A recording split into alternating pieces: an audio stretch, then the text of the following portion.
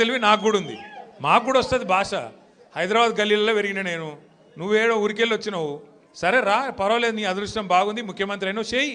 రోజు ఏడుచుడు ఎందుకు? మేము ప్రతిపక్షంలో ఉన్నాం, నువ్వు అధికారంలో ఉన్నావు.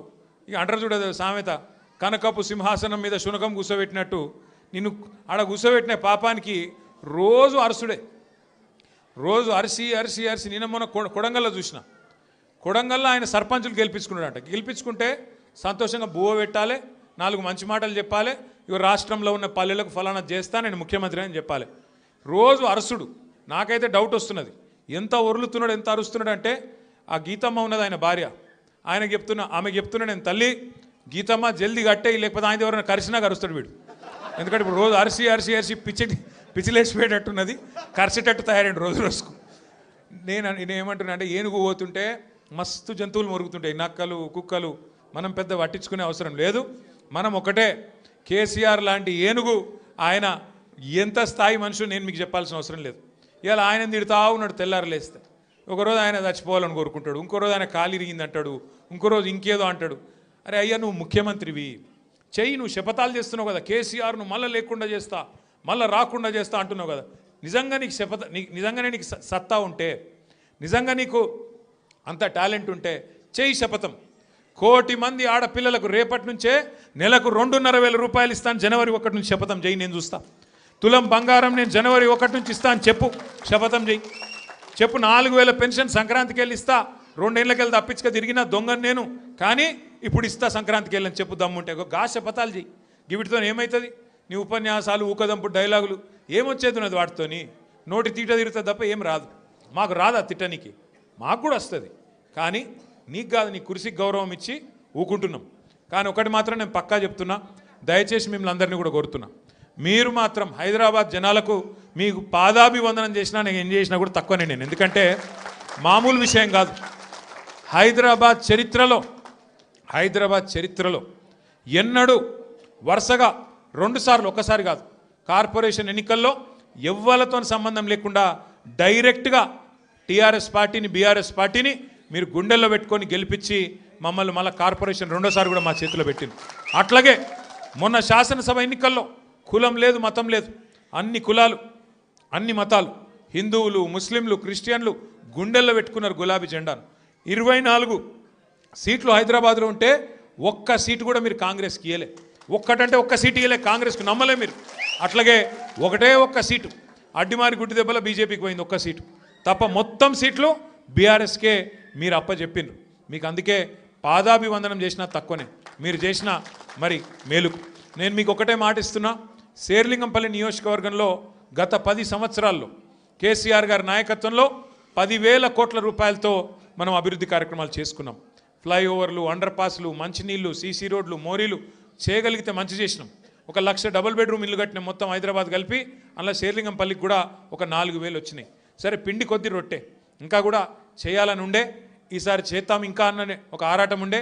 కానీ ఇవాళ కాంగ్రెస్కి అధికారం వచ్చింది, ఊర్లలో ఉండే ప్రజలు వీళ్ళు చూపెట్టిన ఆశలకు మోసపోయి వాళ్ళకు ఓట్లేసిండ్రు. ఓట్లేసిన వాళ్ళే ఇవాళ బాధపడి సర్పంచ్ ఎన్నికలు వస్తే మళ్ళా మంచిగా కాంగ్రెస్కు బుద్ధి చెప్పి 40% దాకా సర్పంచులు మనోళ్ళని గెలిపించినారు. రేపు నిజంగా మార్పు అంటే ఇది మార్పుకు సంకేతం. నిజమైన మార్పు ఊర్లలో స్టార్ట్ అయింది. హైదరాబాద్లో కూడా చాలా అవుతుంది, ఎందుకంటే చూస్తున్నారు అందరూ, నిజంగా వీళ్ళతో ఏమైనా అవుతుందా, ఏమైనా చేస్తారా అని.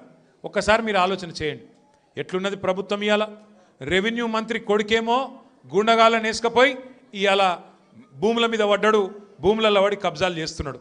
ఆయన మీద పాపం ఒక ఆయన ఎస్ఐ గారు, ఎస్ఐఓ సిఐఓ, ఆయన ఇన్స్పెక్టర్, ఆయన హబీబుల్లా ఖాన్, ఆయన పేరు హబీబుల్లా ఖాన్ అని చెప్పి నిజాయితీ గల పోలీస్ ఆఫీసరు రెవెన్యూ మంత్రి కొడుకు దౌర్జన్యం చేస్తుంటే, భూముల కబ్జా చేస్తుంటే ఆయన మీద కేసు పెట్టిండు. కేసు పెడితే ఇప్పుడు ఆ పోలీస్ ఆయన తీసుకుపోయి ఎక్కడో లూప్ లైన్లో వారేసిండ్రు. హబీబుల్లా ఖాన్కు ఇవాళ నిజాయితీగా పనిచేసినందుకు నజరానా ఇచ్చిండ్రు. ఏం నజరానా ఇచ్చిండ్రు? తీసుకుపోయి ట్రాన్స్ఫర్ చేసి ఎక్కడో ఊరవతల వారేసినారు. అట్లే ఇంకో మంత్రి బిడ్డ చెప్తున్నది, తుపాకీ పెట్టినట పారిశ్రామికవేత్తలకు తలకు. ముఖ్యమంత్రి గారి ఇంటెన్క గెస్ట్ హౌస్లో తుపాకీ తలకు పెట్టి పైసలు వసూలు చేస్తున్నారు. ఇక ఇట్లా తయారైంది. ఇక మీ ఎమ్మెల్యే ఉన్నాడు, పేరేమో గాంధీ, చేసే పనులన్నీ గాడిసే పనులు, ఒక్కటి చక్కటి పని లేదు. 11 ఎకరాలు కబ్జా పెట్టిండు కుత్బుల్లాపూర్లో. 11 ఎకరాలు కబ్జా పెట్టిండు. మొన్న మనోళ్ళందరూ పోయినరు కబ్జా పెట్టి. ఇప్పుడు ఆ కబ్జా పెట్టిన భూమి కోసం మీరు గెలిపిస్తే బీఆర్ఎస్ పార్టీలా అందులో పోయి చొరవడ్డాడు. ఎంత గలీజ్ అంటే పరిస్థితి. వీళ్ళ పరిస్థితి ఎట్లా తయారైందంటే ఎమ్మెల్యేలది మన పార్టీలోకి వెళ్ళిపోయి ఆ పార్టీలో చేరినోళ్ళది. ఇవాళ వాళ్ళు ఏ పార్టీ చెప్పుకోలేని పరిస్థితులు ఉన్నారు. ఏమాయిరాబాయి నువ్వు కాంగ్రెస్ పార్టీ బీఆర్ఎస్ పార్టీ అంటే ఎమ్మెల్యేలు స్పీకర్ గారికి ఏమో మేము బీఆర్ఎస్ పార్టీ అని ఉత్తరం రాస్తున్నారు, బయటనేమో కాంగ్రెస్ కండువాలు వేసుకొని తిరుగుతున్నారు. ఇక స్పీకర్ గారేమో కళ్ళుండి చూడలేని ధృతరాష్ట్రుడు అయిపోయింది పాపం. ఆయన కనబడతలేదంట.